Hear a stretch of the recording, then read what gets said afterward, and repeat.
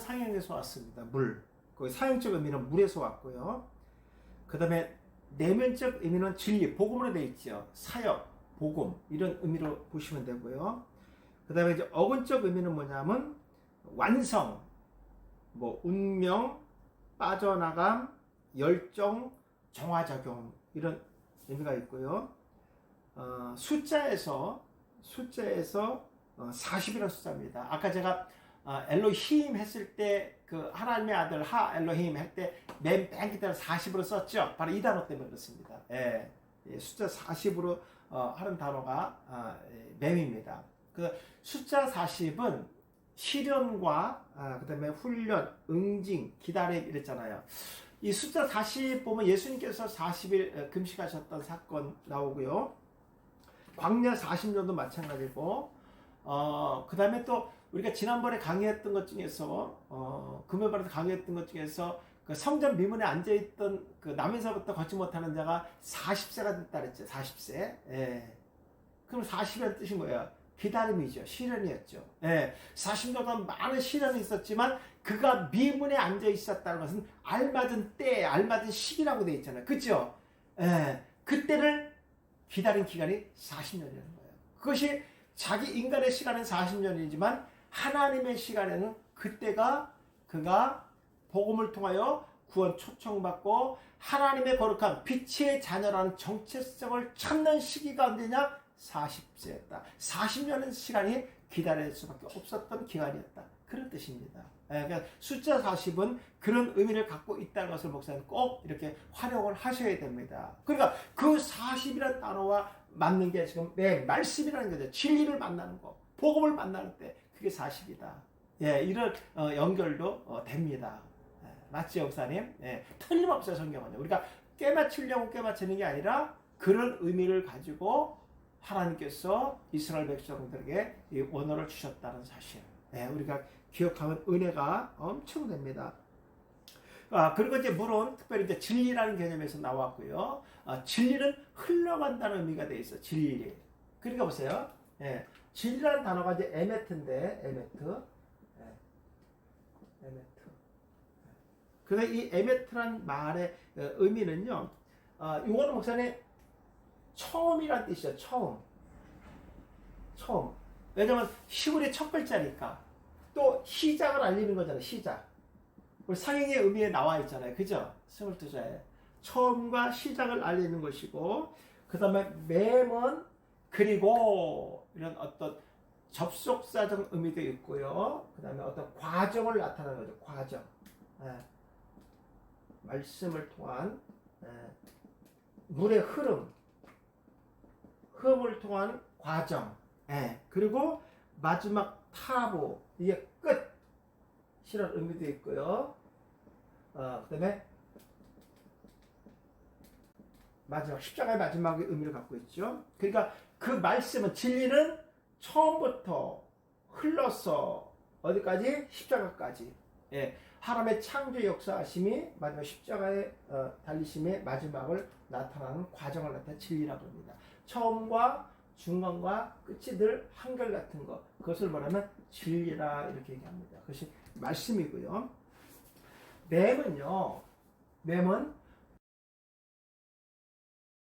요거를 열린 창이라 합니다. 열린 창. 맞죠? 보세요. 여기 열려 있잖아요. 그죠? 요건 닫힌 창입니다. 닫힌 창.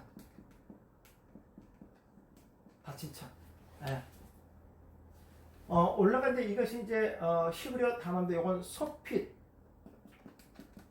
이 단어가 끝으로 갔을 때는 이 단어 끝으로 떨어질 때는 요걸로 바꾸셔야 되고, 처음과 중간에 있을 때 요 단어 써야 됩니다. 그래서 우리가 에스겔서 20장 26절 금요일만 내일 할 거고, 우리 전라대전은 했습니다. 이제 경상도는 요번에 합니다. 에스겔 20장 26절에 보면은 하나님 말씀하신 것 이런 말이죠. 이스라엘 백성을 멸하시겠다는 말씀하셨죠. 그 멸한다는 게 샤mem입니다.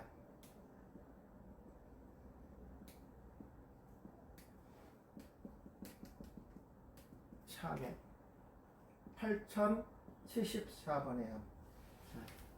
멸한다는 단어의 이 샤맴이라는 뜻인데 이게 뭐냐면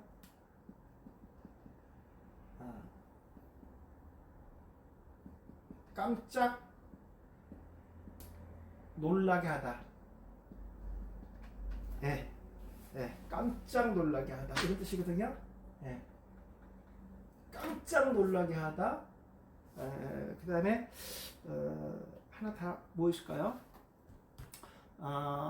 뭐 긴장을 하게 한다. 뭐 이런 단어 뜻도 있습니다. 깜짝 놀라게 하다. 그러니까 이스라엘 백성들이 우상과 그 다음에 배교로 인해서 불신앙을 통해서 다쳤던 마음들을 하나님께서 그 다쳤던 마음들을 열어주시니까 알게 하니까 이스라엘 백성들이 어떻게 해서 깜짝 놀라게 했다는 거예요. 그 마음이 다치니까 하나님을 바라보지 않죠. 그러니까 신앙이 한이 맞아서 무뎌지는 거예요. 근데 하나님께서 그 마음의 문을 열어주니까 이스라엘을 깜짝 놀라게 합니다. 예. 그러니까 이스라엘 백성 멸한다는 자체가 완전 소멸시켜버린다는 그런 단어는 아닙니다. 근데 우리가 이제 번역을 할 때 그렇게 했는데, 제가 이제 내일 우리 금요반에서 이거 풀어드립니다. 그러니까 다쳤던 마음들을 열어주니까 하나님께서 깜짝 놀라게 하신다. 예, 그런 의미입니다. 왜냐하면 자기들만 구원받고 자기들만 영생하도록 하나님께서 선택해 준 줄 알았더니 이방인도 구원받거든요. 얼마나 놀랐겠어요. 그렇죠? 예, 그런 의미를 갖고 있다. 그래서 맴은 열린 창과 닫힌 창의 의미를 갖고 있다. 그리고 요거는요, 불분리 전치사에서 뭐뭐로부터 뭐뭐 같이 이렇게 해석입니다. 요거 꼭 우선 기억해 두시고요. 물론 뭐 시험에 나오는 건 아니지만 해석할 때 이게 되게 중요해요. 뭐뭐로부터 뭐뭐 같이 이렇게 단어로 쓰인다는 거예요. 맴이란 단어가 이런 것만 알고 계시면 됩니다. 우리 성경을 해석할 때 되게 중요하고요. 특히 이제 불분리 전치사에서 가장 많이 쓰이고 중요하게 여기는 것이 라메드라는 글자예요. 무엇을 위하여. 이것이 하나님을 위한 행동인가? 이스라엘 백성을 위한 것인가? 또 이방인들을 위한 것인가에 대해서 근거. 아주 중요한 단어거든요. 불분리 전체에서 이 말이 사실 제일 많이 쓰이고 활용이 제일 중요하게 나타나. 나머지는 뭐 그냥 문장에서 나오는 단어들이기 때문에 그렇게 큰 의미가 없는데 라메드만 제가 이제 구속사를 설교할 때 보니까 가장 중요하고 또 우리가 반드시 알아야 될 단어가 바로 이 단어더라고요. 네, 그래서 매우 이제 그런 의미를 갖고 있다는 것을 꼭 보시면 될 것 같고요. 그 다음에 이제 우리가 알고 있는 것처럼 창세기에 보시면요. 에덴의 네 줄기의 강이 흘러내린다 그랬죠. 흘러내린 이 말씀 물을 얘기하는 거거든요. 물 네 줄기의 물이 흘러내리는 거예요. 그럼 무슨 물을 하면 제가 뭐를 상징한다 그랬어요? 말씀 진리라고 얘기했죠. 그러면 첫 번째가 뭐냐면요. 비손강입니다, 목사님. 에덴에서 네 개의 물줄기가 흘러내는데 이거 우리가 이제 설교에 다 돼 있어요. 나중에 비손강이 흘러내린다 그랬어요. 그 비손강은 왜 흘러내릴까? 그 비손의 뜻이 뭐냐? 뻗쳐지다, 퍼지다 이런 뜻입니다. 제가 물은 복음을 상징한다 그랬죠. 복음의 말씀이 에덴으로부터 뻗쳐 내려가는 그것을 세상을 얘기하는 거죠. 세상의 땅으로 그 복음의 말씀이 흘러가고 있다. 그런 얘기, 그게 비손의 의미가 있고요. 두 번째 기온입니다. 기온관. 이것은 터져 나온다 이런 뜻이 있어요. 두 번째 강이 비손강인데 터져 나온다. 그럼 보세요.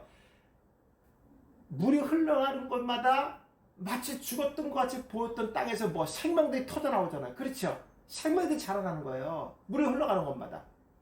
오늘 세상에 복음의 말씀이 흘러가는 곳마다 죽었던 영혼들이 생명들이 영생들이 터져 나오는 것을 상징하고 주는 거예요. 진리가 흘러가는 곳마다 복음이 흘러가는 곳마다 생명이 살아나는 역사가 있다. 그래서 두 번째 강이 기온관이고 그 다음에 세 번째가 히데갈이죠. 가시 쏘다 그런 뜻입니다. 가시같이 쏘는 이 아수르 이방 땅에서 복음의 말씀이 흘러가니까 생명이 터져 나오는 거예요.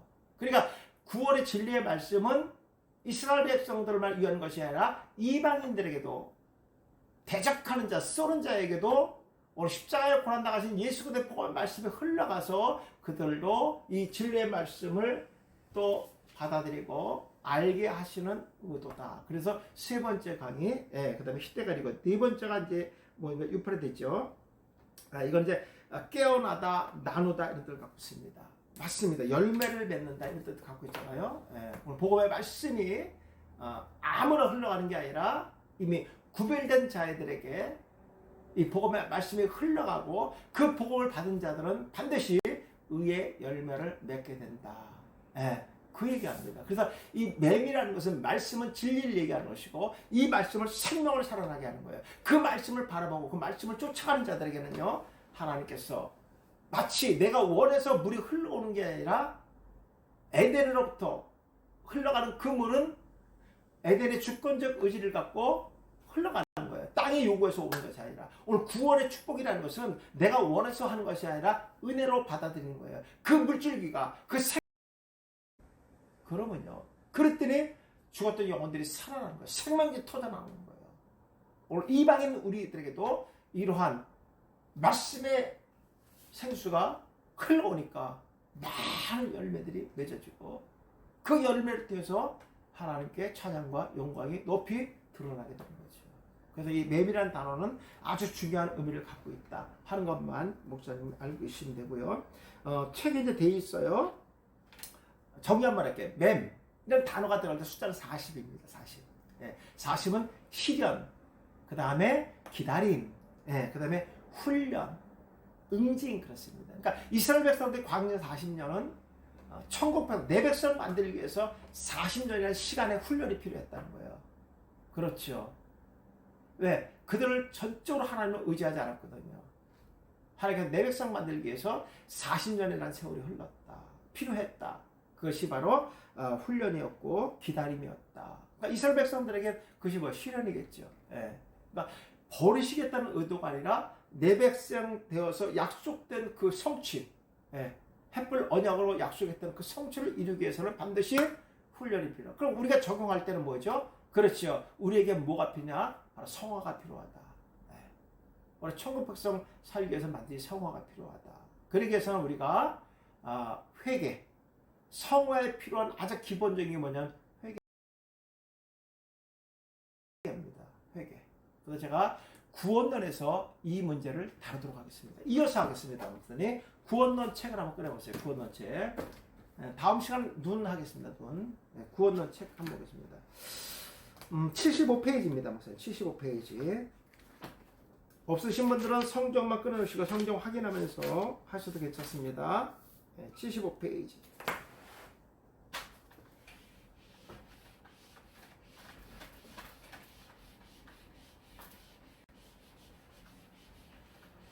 책이 있기 때문에 제가 칠판에다 쓰는 것은 좀 자제하고 많은 양들을 강의하도록 그렇게 하겠습니다.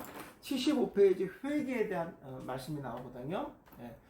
구원받은 백성들이 필요한 회개는 어떤 것이 있고 또 우리가 어떻게 회개를 해야 되는지, 회개의 의미는 어떤 것을 갖고 있는지에 대해서 구체적으로 보겠습니다. 이제 교단마다 이제 그 다르게 이렇게 성경을 보는 관점들이 많이 다르잖아요. 특히 이제 성경을 잘못 이해하다 보면은 회개를 해야지만 우리가 구원을 받을 수 있다라고 하시는 목사님들 계세요. 틀린 말은 아니지만 앞에 문장들을 잘랐기 때문에 이게 틀린 말입니다. 앞에 문장과 연결을 시켜야 돼요. 구원에 있어서 다고 해서 구원을 못 받습니다. 회개해서 구원 받습니다. 이러면 안 되죠. 앞에 걸 자르면 이게 문제가 생기는 거예요.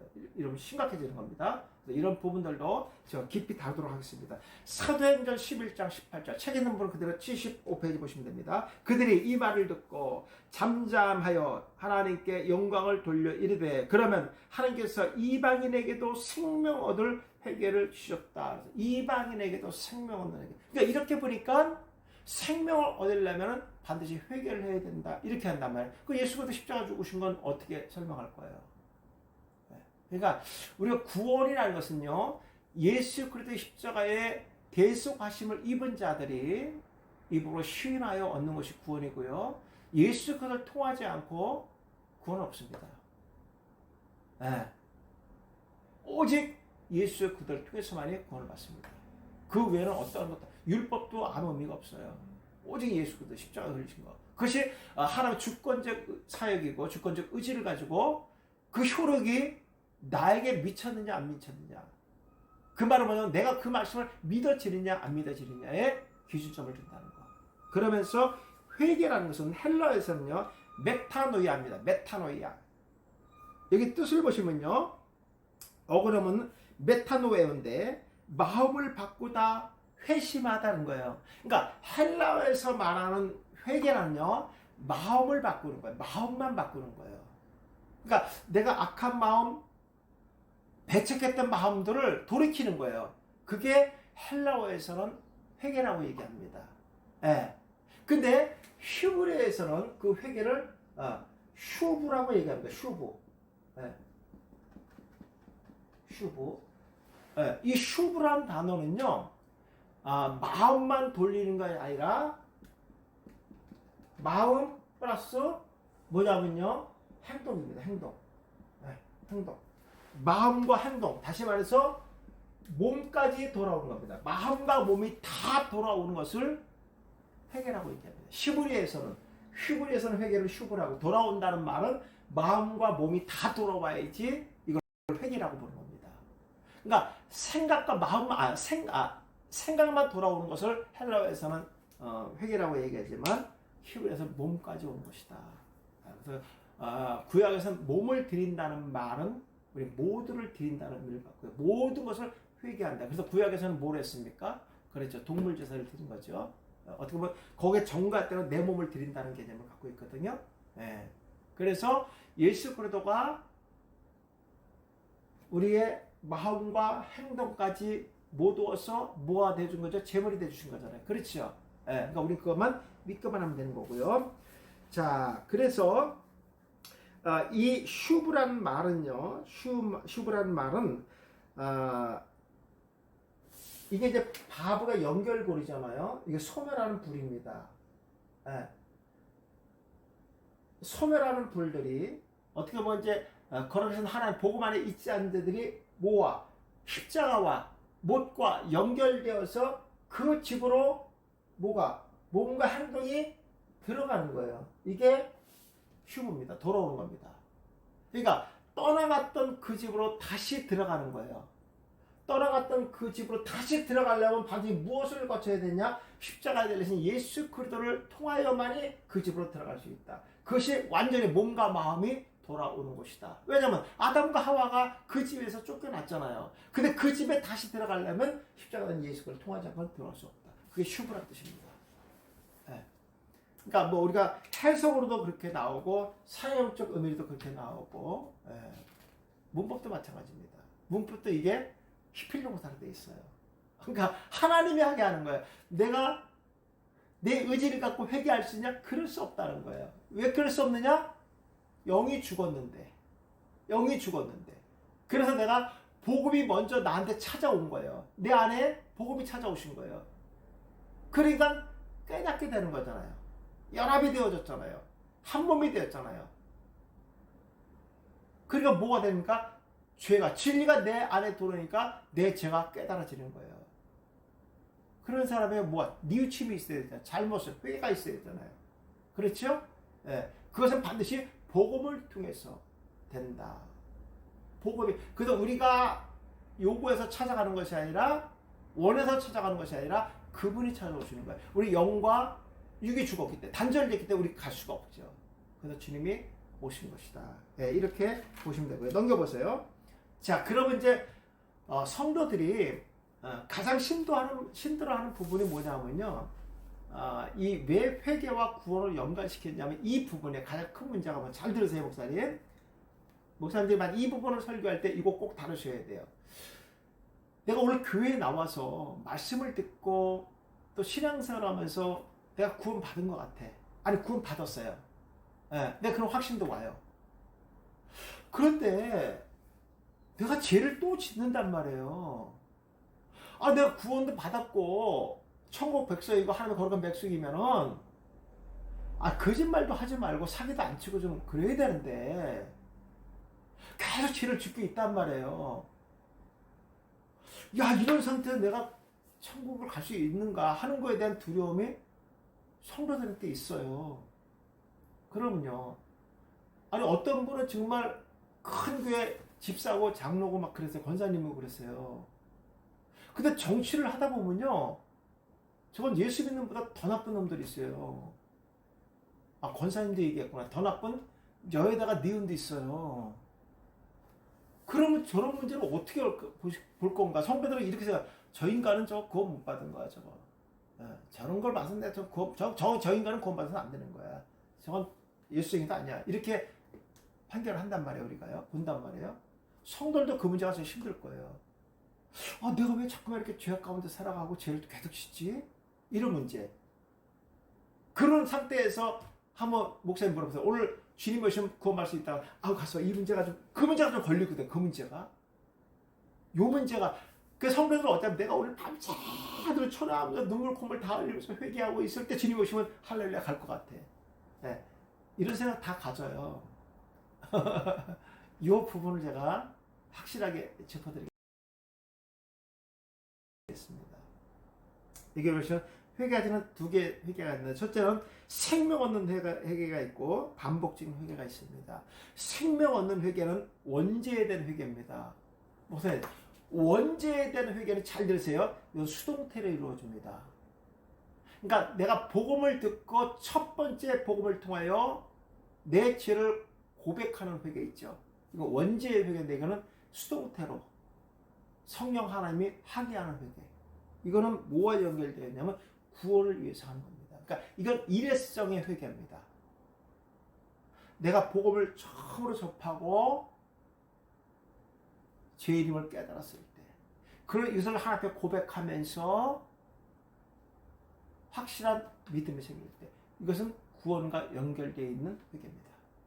그 다음에 반복적인 회개는 자범죄에 대한 회개입니다. 내가 이 땅에 살면서, 그러니까 구원의 요 문제가 해결된 사람, 확신을 갖고 있는 사람 계속 죄를 짓잖아요. 뭐 예를 들어서 나쁜 짓도 하고 사기도 치고 막 이런 거 하잖아요. 예. 폭력도 행하고 이런 거 다 나쁜 짓이잖아요. 예. 행동으로 지은 죄들, 예. 이런 것들은요, 시켜서 하는 게 아니라 내가 깨닫고 회개하는 겁니다. 근데 이것은 반복적으로 하나, 죄를 질 때마다 반복적으로 합니다. 그러면 이 반복적인 회개는요, 뭐와 연결되냐면, 원죄에 대한 회개는 구원과 연결되어 있지만 이 반복적인 회개는 성화와 연결되어 있습니다.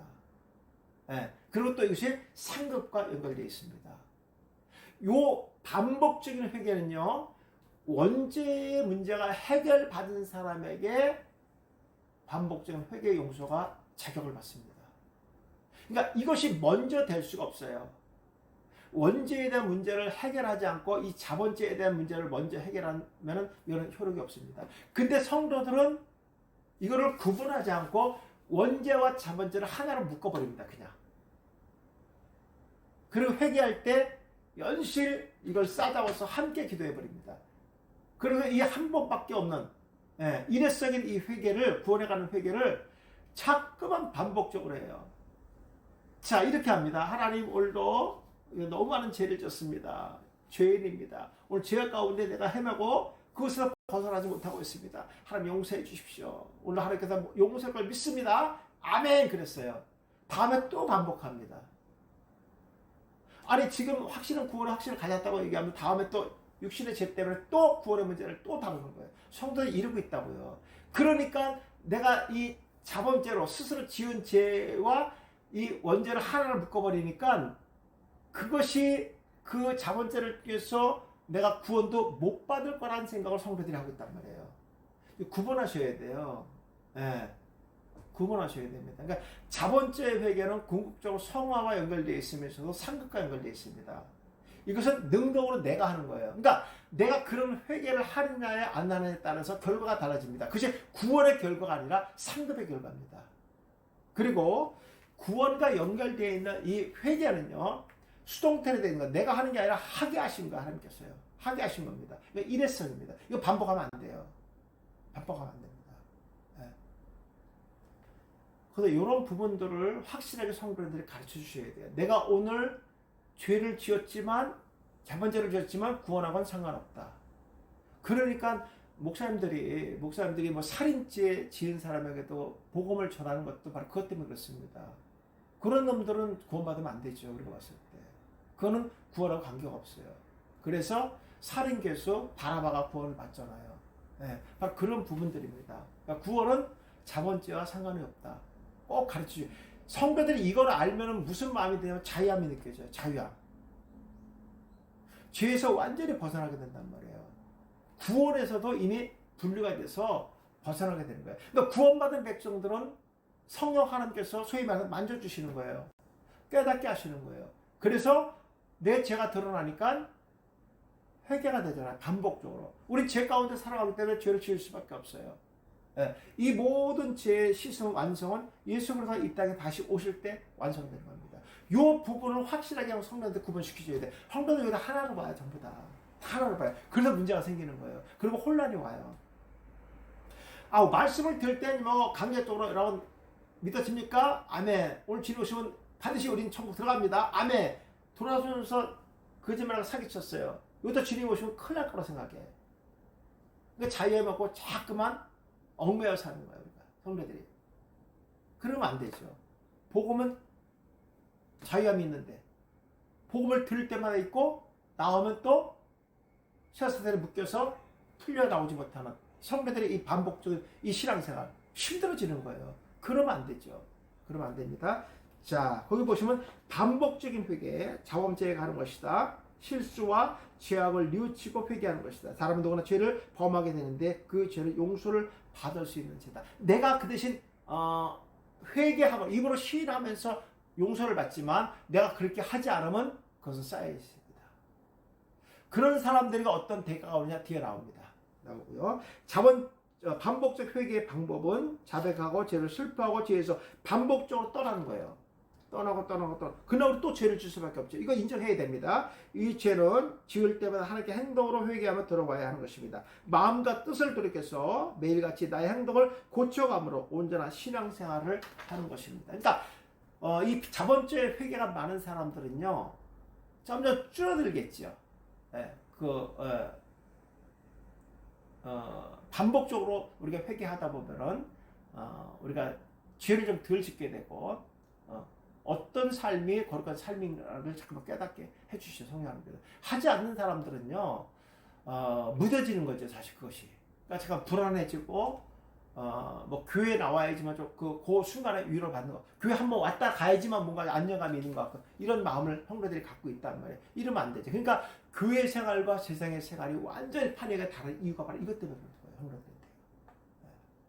뭐 불교인들이 최소한 7월 7성 날은 절에 1년에 한 번씩 갔다 와요. 부처님 오신 날 뭐 갔다 와야 되는 거 이런 것처럼 우리가 예수를 믿는다고 하면 이거 비극 아니겠습니까? 그러니까 우리의 가르침이 정확하게 있어야 된다. 77페이지 보겠습니다. 요한일서 1장 5절. 만일 우리가 우리의 죄를 자백하면 그는 믿으시고 의로우사 우리 죄를 사하여 우리를 모든 불의에서, 이 불의는 뭐냐면요, 아까 부정한 행동이에요. 뭐 사기치고 그다음에 뭐 절도하고 남한테 상해 입히는 이런 것들을 얘기하는 거예요. 불의라는 것은 그겁니다. 그래서 깨끗하게 하실 거다 그랬습니다. 자백하면, 자본죄를 늘 고백하면은 깨끗하게, 그런 실수까지 다 용서해 주겠다. 제가 내일 강의하고 우리 지분에 한 대도 있고 다음 주에 하는 부분도 있지만 이스라엘 백성들 지은 죄가 바로 이런 실수의 죄를 얘기하는 거예요. 구원과 관계에 있는 원죄에 대한 잘못을 얘기하는 게 아니라 실수. 만약에 내가 그것을 원해서 이루어진 사건이라고 하면요, 그 실수도 함께 포함됩니다. 그러나 우리가 하나님께 원죄에 대한 회개는 내가 요청해서 받은 것이 아니라 하나님 주권적 의지에서 받은 거예요. 그런 자들이 살면서 실수로 범하는 죄들은 회개함으로써, 자범죄를 회개함으로써 용서받을 수 있게 되어 있습니다. 근데 이스라엘 백성들이 이것마저도 하지 않았다는 거예요. 그래서 아까 얘기했던 쉐mem이라는 단어, 하나님께서 멸한 날 깜짝 놀라게 한다는 거예요. 그들이 다쳤던 마음들을 열어서 이스라엘 백성을 깨닫게 한다는 거예요. 그래서 야다, 하나님을 알게 하신다, 다시 회복시켜준다, 그런 뜻입니다. 우리가 구원관에서 확실하게 하셔야 돼요. 멸한다고 했냐, 그러면 구원받은 백성 선민 하나님께서 구원을 취소했다는 말이에요? 문자로 그렇게 되죠. 원문은 그런 말이 없어요, 절대로요. 그러니까 이런 식으로 협박을 하면 안 돼요. 성경에 봐라. 이스라엘 백성도 우상숭배하고 하나님 멀리하면 하나님 받아서 심판한다. 그 불안해서 살겠어요, 목사님? 평생, 진짜 평생 신앙생활 열심히 하다 마지막에서 내가 진짜 세상 말로 운 좋게, 세상으로 봤을 때 운 좋게, 우리 기독교는 운이란 말씀 안 되죠. 운 좋게 내가 뭐 이렇게 큰 인물이 돼서 사회 일원으로 특히 중심이 돼 지도자로 살아가게 돼요.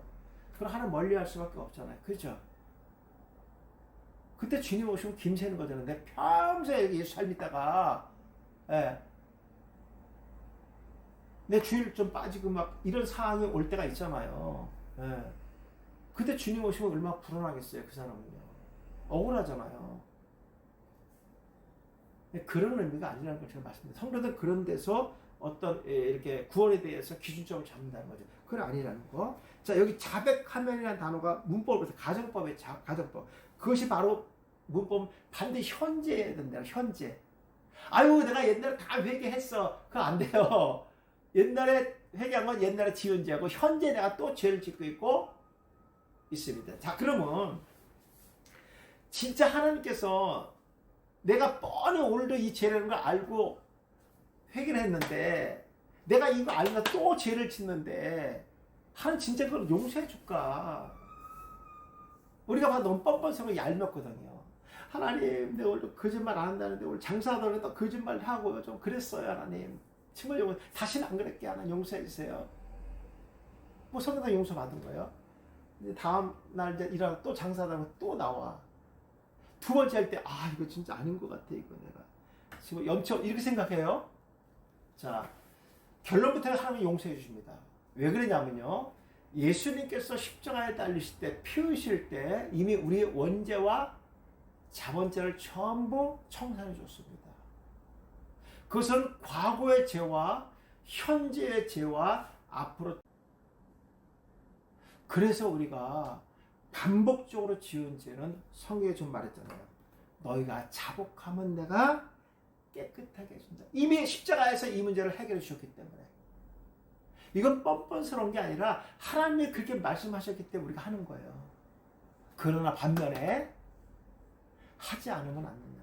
옛날에 한 것도 안 돼. 앞으로 하겠습니다. 안 돼. 항상 현재형이야. 항상 오늘. 물론 내가 회개하는 순간에 그 다음 시간에 바로 또 죄를 져요. 그때도 오늘, 현재. 주님께서 완전히 기억하지 않겠다고 말씀하셨어요. 왜? 십자가에서 원죄와 자본죄를 청산해 주셨고 과거의 죄와 현재의 죄와 미래의 죄까지 전부 청산해 주셨기 때문에, 약속하셨기 때문에 우리 원죄는 일회성, 그리고 자본죄는 계속해서 주님 오실 때까지 반복적으로 회개된다. 이것이 뭐와 또 연결되면 하나님께서 이런 자에게 상을 주시겠다 이렇게 말씀하고 계시거든요. 그러니까 일반 사람들은 그냥 뉘우치는 거야. 그렇죠. 이 사람들은 구원의 문제가 해결 안 돼서 양심상 뉘우치는 거예요. 이건 하나님과 관계가 없는 거예요. 하나님께서 이런 상을 주시고 이런 반복적인 회개를 깨끗이 씻어주시는 자는요, 이미 십자가의 효력을 받은 자에게만 이렇게 하시겠다 이런 뜻입니다. 이해가셨죠? 네. 우리 목회자들도 이렇게 배우시면 자유함이 있지 않겠어요, 목사님? 그러면요. 네, 그러면 이제 이런 게 있어요. 그러면 뭐 성도들이 상습적으로 지지 않겠는가? 뭐죠? 그렇게 얘기하면은, 그럼 우리와 함께 하신 성령 하나님은 뭡니까? 그러면요. 성령 하나님은 가만히 손 놓고 있어요, 그럼? 그러면요. 그러니까 그렇게 말하는 자체가 신앙의 양심을 갖고 있다는 얘기예요. 그러면요. 자꾸만 깨닫게 해야죠. 양심을 채찍질하죠, 성령 하나님께서. 그죠? 그리고 격길로 가다가 바로 바른 길로 갈 수 있도록 성령 하나님께서 인도해 주시는 거예요. 그렇구나. 자꾸만 깨닫게 하는 거예요. 이거는 이미 십자가 효력을 받은 자들만 이런 생각과 이런 회개를 할 수 있도록 성령 하나님께서 이끌어 주신다는 거예요. 네. 세상 사람들은 그런 생각 하지 않죠. 그러니까 우리는 나쁜 생각, 나쁜 행동을 하려고 하질 않죠. 특히 우리 목회자는 더 그런 말씀을 너무나 누구보다 잘 알고 있기 때문에 절제를 많이 하죠. 그러면요, 그것이 목사이기 때문에 그렇게 한다는 것이 아니라 절제입니다. 그러면요, 우리 아이들도 그런 얘기 해요. 가끔 목사님이 그러세요. 이렇게 농담 삼아 할 때가 있어요. 농담 삼아. 그런 거 있잖아요. 그럼요. 그러나 우리는 절제하려고 하는 거예요. 거룩하려고 하는 게 아니라. 이미 우린 거룩한 백성이기 때문에 절제하는 거죠. 자, 가정법을 쓰고 있다는 거 중요합니다. 그러니까 구원받은 백성도 반복적인 회개를 하는 자가 있고 안 하는 자가 있다는 얘기예요. 다 하는 게 아니라 하는 자는 상급을 받지만 하지 않는 자는 구원이 취소되는 게 아니라 구원은 받되 상급은 없다 이런 뜻입니다. 그러나 대부분 하나님께서 상급은 주시려고, 그러니까 만들어놓은 상은 자격이 안 돼서 안 주는 게 아니라 주려고 만들어 놓으신 거예요. 그럼 우리가 다 같이 그 상급을 다 노력하느냐? 늦게 하는 자도 있고 게으른 자도 있고 안 하는 자들도 있어요. 그런 자도 성령 하나님께서 이끌어 가시는 거죠. 네. 그러니까 상급은 이렇게 생각하세요. 누구나 구원받은 백성은 누구나 다 받는다라고 저기를 내시면 틀림없습니다. 틀림없습니다. 받는 사람도 있고 안 받는 사람도 있다. 이러면 곤란해요, 목사님. 상 누구나 받습니다. 네. 이게 구원받은 백성들의 자유함입니다. 자, 그 다음에 10절 세 번째, 반복적 회개의 결과입니다. 자원죄를 회개하지 않았을 때 너희가 참음은 징계를 받기 위함이라. 하나님의 아들과 같이 너희를 아들과 같이 대우한다는 소리를요. 어찌 아버지가 징계하지 않을 아들이 있으리요? 징계는 다 받은 것이거늘 너에게 없으면 사생자여 친아들이야. 상속자가 아니라는 거예요. 그런 자들은 그물을 찢어서 세상으로 흘려버린다. 관심도 더 주지 않는다는 거예요. 그러나 이미 친자로 상속자로 허락된 자들은 그물이 절대로 찢어지지 않겠다는 거예요. 세상을 버려두지 않는다는 거예요. 어떻게 하든지 내 백성 만들어서 상속자로 세워주시겠다는 거예요. 이스라엘 백성은 어떤 마음을 갖고 훈련시켜서 광야 40년 통해서 약속의 땅에 들어가게 하신다는 거예요. 만약에 너희들이 하는 걸 보고 내가 가나안 땅에 들어가겠다, 한 명도 못 들어가죠. 여호수아 갈렙도 먼저 복음을 하나님께 주셨잖아요. 그 땅은 너희들 땅이라고 먼저 복음을 들었으니, 그러니까 여호수아 갈렙 믿었죠. 그 말씀이 없었다면 그들은 확신이 없었죠. 근데 그 확신은 여호수아 갈렙만 갖고 있었다는 거예요. 먼저 하나님께서 이끌어 가셨다는 거예요. 왜? 애굽은 세상이 광야는 교회잖아요. 이미 예수 그리스도 울타리에 들어온 자들은 하나님께서 이끌어 가신다는 거예요. 성령 하나님 이끌어 가신다는 거예요. 그런 자의 복음을 줍니다. 소돔과 고모라에서 롯의 가족들에게 이 복음이 증거됐잖아요. 그렇죠. 그 복음의 말씀을 예비 사이 두 사람도 들었고 롯의 아내도 들었습니다. 그렇죠. 복음은 다 들었지만 거부하는 자들이 있어요. 하나님께서 그들은 처음부터 복음은 들었지만 하나님의 구원의 계획에 없었던 자들이라는 거예요. 우리 이 땅에도 무수히 많은 교회들이 십자가가 이미 옥상에 다 올라가 있습니다. 교회인지 다 알아요. 예수님이 누군지 하나님이 다 압니다. 그러나 그들은 그 예수님이 하나님을 인정하자고 믿지 않습니다. 그들은 믿으려는 의지가 없어요. 왜? 하나님 그들의 계획이 없었기 때문에. 근데 왜 나는 믿어졌냐는 거예요. 근데 왜 나는 그 교회에 와서 그런 하나님을 찬양하고 있냐는 거예요. 이것을 은혜라고 얘기합니다. 성도들에게 이러한 의미를 심어주는 게 좋습니다. 자, 그러면 거기 보시면요. 78페이지, 하나님과 교제가 단절되고 징계를 받습니다. 그 자원죄를 계속 회개하지 않으면 하나님께 은혜를 주시지 않는다. 하나님의 영적 단절이 이루어지고 하나님의 은혜가 오지 않고 결국에는 참으시다가 징계를 하는데, 목사님들 이제 이걸 잘 아죠. 징계한다는 게 이렇게 사업이 잘 되는 사람을 사업을 망하게 하고 잘 사는 부부들을 이혼하게 만들고 이러시면 안 돼요. 그런 거에 대한 결과라고 얘기하시면 안 되고요. 징계라는 것은 훈련하고 가르친다는 거예요. 네. 깨닫지 못하는 그들에게 마음의 문을 열으셔서 하나님을 알리가 깜짝 놀라게 하는 거예요. 아이고, 내가 몰랐구나. 하나님을 회개합니다. 네. 이게 징계예요. 이게 징계입니다. 그러니까 우리가 더 큰 징계를 갖다가 여기다 결부시키면 안 되고, 징계는 간단하게 교육하고 가르치며 깜짝 놀라게 그들을 자극하는 것이다. 이렇게 하시면 틀림없습니다. 여기서 벌이라는 것도 바로 징계를 얘기하는 거예요. 징계. 그러니까 이스라엘 백성들 가데스에서 약속의 땅 들어가라니까 안 들어갔잖아요. 그래서 하나님께서 18번의 지를 늘렸고 38년의 시간을 더 늘려놨잖아요.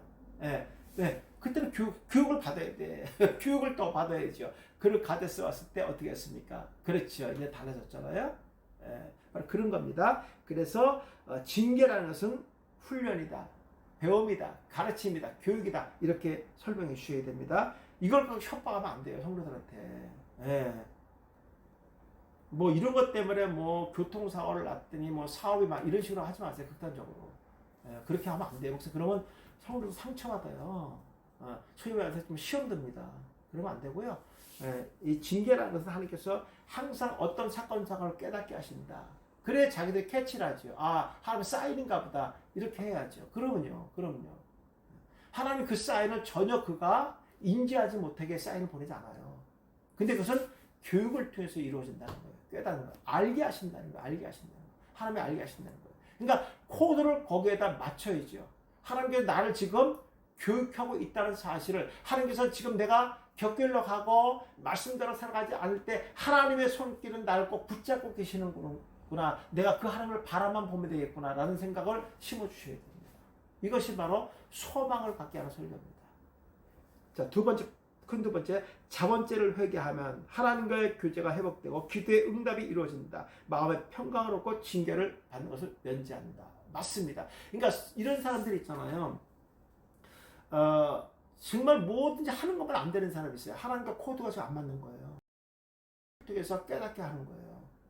그러면요, 그런 사람들은 항상 혼자라는 생각을 하져요. 자기 편이 없다고 생각하는 거예요. 그래서 마지막 하는 게 자살이 아니겠습니까? 네. 항상 주님의 손길은 그를 붙잡고 있다는 거.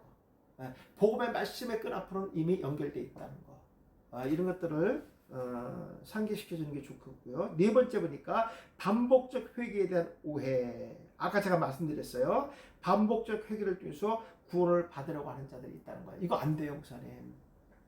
네. 그러니까 성도들은 자꾸만 내가 하나님 앞에 좀 뭐 회개를 뭐 아주 눈물 뿌려서 하면요, 뭔가 개운해, 뭔가 정말 진짜 아주 깨끗하게 하는 것 같아. 그렇게 생각하는 성도들이 있어요. 그 자식은 스스로 마음의 위로밖에 안 되는 거예요. 하나 눈물을 흘리고 안 흘렸다 따라서 그 회개의 가치를 갖다가 이렇게 평가하지는 않습니다.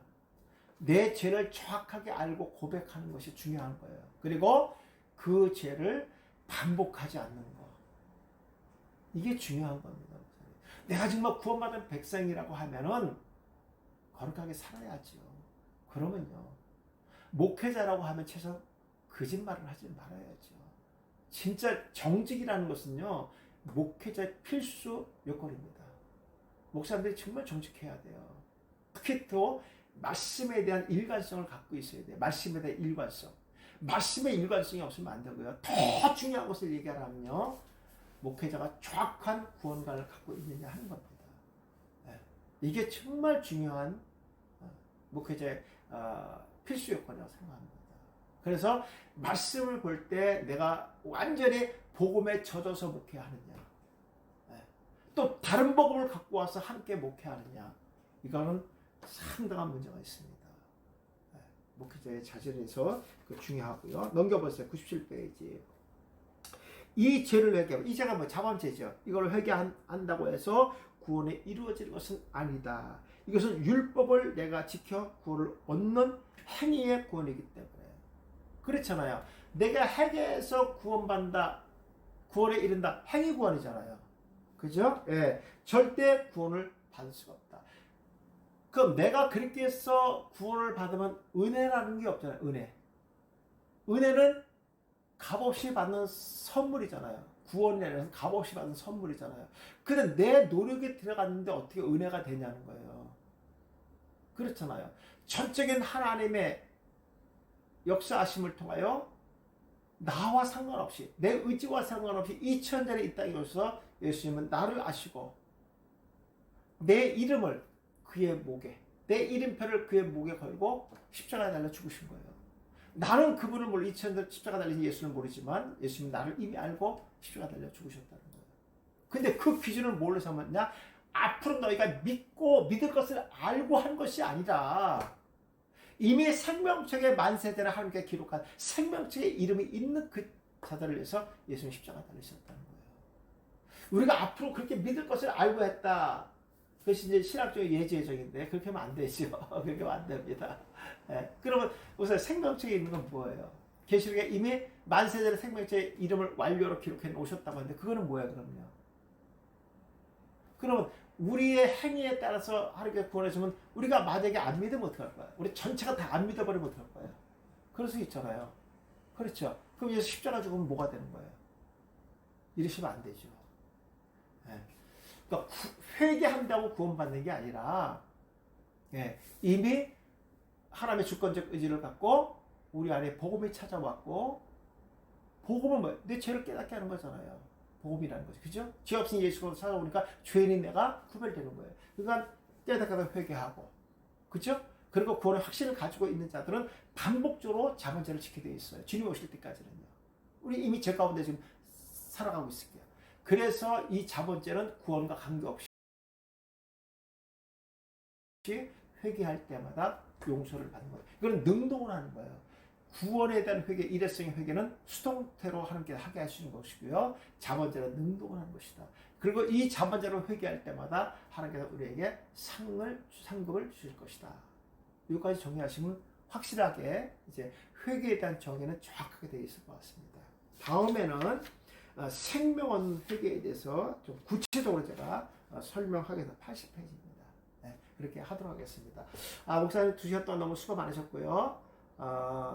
10분간 쉬는 게 아니라 지금은 1시간 쉬겠습니다. 식사하시고 오후에는 이스라엘 지나고 설교 2편 공지사항으로 나왔거든요. 꼭 출력하셔서 같이 원어적인 근거 그리고 구속적인 설교 이렇게 배우도록 하겠습니다. 수고 많으셨습니다. 감사합니다. 오후 시간 1시에 뵙겠습니다. 고맙습니다.